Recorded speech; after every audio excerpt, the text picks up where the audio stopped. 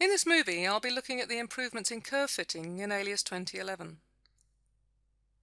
The Fit Curve tool has previously been used for fitting a NURBS curve to section data using two methods, least squares and hull fit. These have now both been replaced by a new algorithm which provides much better accuracy and improved CV placement.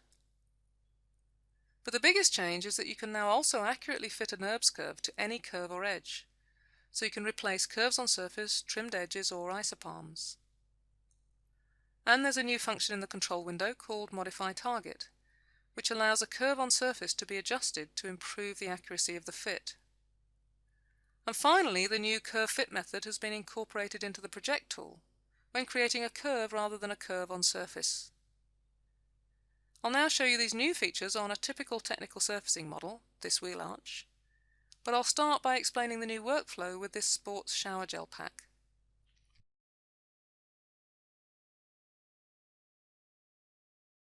Because of the sharp edge design, many of the surfaces are built from trimmed edges, and so have lots of CVs even though the surface shape isn't that complicated.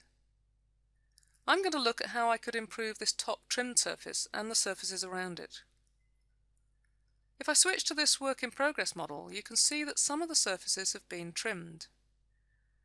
And it's these trimmed edges that can sometimes lead to the heavy parameterization.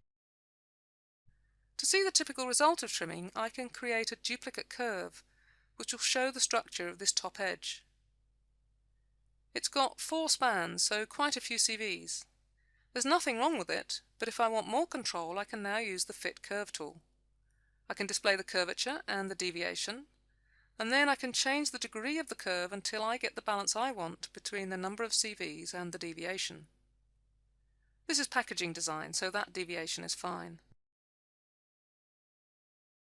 Now I'll bring back the other surfaces and turn on my design curves.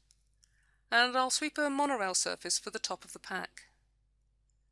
To start with, I'll use the old trimmed edge, and the shape I get is fine, but if I wanted to push and pull CVs later to refine it, there's just too many.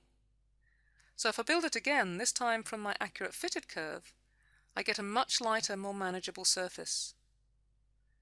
And I'll just trim this surface now to get another trimmed edge. And I'll turn the curves off. Now there's just these two patches to finish off, and I'll start by having a look at this lower surface. Again, it's trimmed, and I can check this trimmed edge with another duplicate curve. And it actually looks fine, single span and quite good CV layout. But even so, the Fit Curve tool can still give me some extra control. I'll apply it to this edge and choose the same number of CVs. And then, if I switch to a top view, I can compare it to the duplicated curve. And you could argue that you get a better layout of the CVs on the fit curve than on the edge, with better angles between the holes. And I can actually refine the fit curve even further by moving the CVs by hand, and each time the curve will be rebuilt, still accurate to the surface edge. So I have a lot of control over these new fitted curves. To get a good patch layout, I would need to split this top edge into two to match the lower edges. If I use the Fit Curve tool, it initially fits the full length of the trimmed edge, but I can create a partial fit by just dragging these new arrow manipulators to the position that I want. Again, I can compare my two curves in the top view, and if I'm working at this level of control, I would probably spend some time tweaking the CVs on the new curve to closely match the first curve.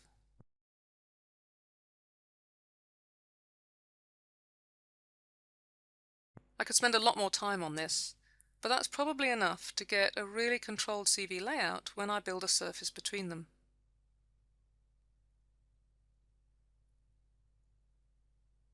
And all that's left now is this final patch. And I'll need a curve on this top edge. If I use Fit Curve again, it's smart enough to create a new curve only for the remaining portion. It remembers that I created the first curve. I can adjust the endpoints, and if I wanted a third curve, I can just click on the edge again, and I'll delete that one. I'll now bring the end of this segment back to the join, and you can see that the double arrow switches to a single arrow when I'm snapped into position. If I move it back, I can modify the first curve, snapping it to the second one. And I can adjust it back again. So they're really flexible and easy to control.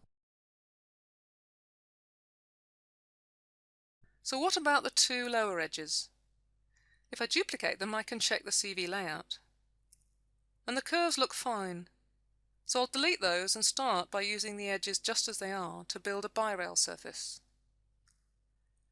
But even if the trimmed edges look okay, they can have a different parameterization, which can cause problems with the bi-rail, like this error which forces me to rebuild the trimmed edge. So I get an extra isoparm, and I've also got more CVs than I need in this direction. Again, there's nothing wrong with that surface, but if I want to maintain the maximum control over the CVs, I could choose to rebuild those edges too, if my priority was maximum control rather than quick and easy modeling.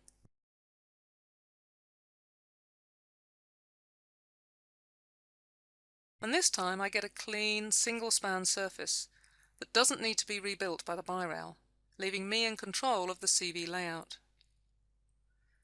Now, I should have spent some time matching my two fit curves, but with construction history I can do that now and refine the CVs on the fit curves while looking at the hull layout on the surface.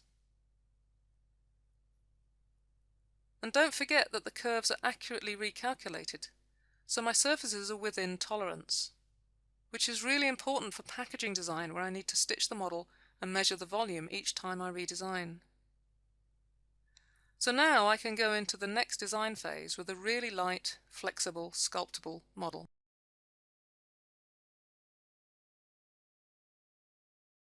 Now I'll have a look at a more typical situation.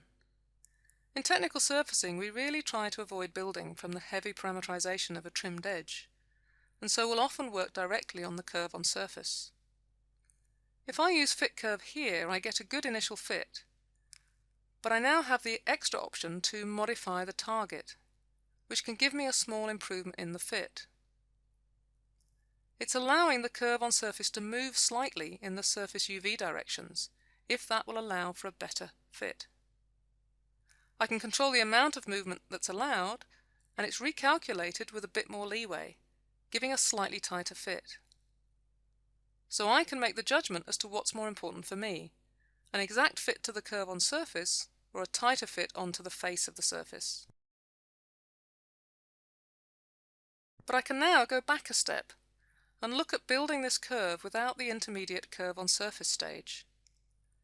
If I use the new Project tool, I first choose my direction vector and then ask for a curve rather than a curve on surface. And I now get an additional choice of the new curve fit method. The old Match Original tries to match the CV positions to those on the projecting curve, but I end up with a multi-span result. So if I switch to the curve fit method, I now have complete control over the degree and the spans for my projected curve, giving me a better result.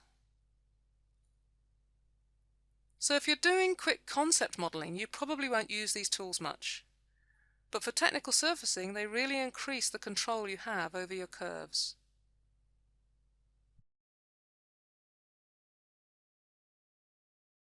So the updated Fit Curve tool gives better results on scan data and has now been extended to work on all other curves and edges as well.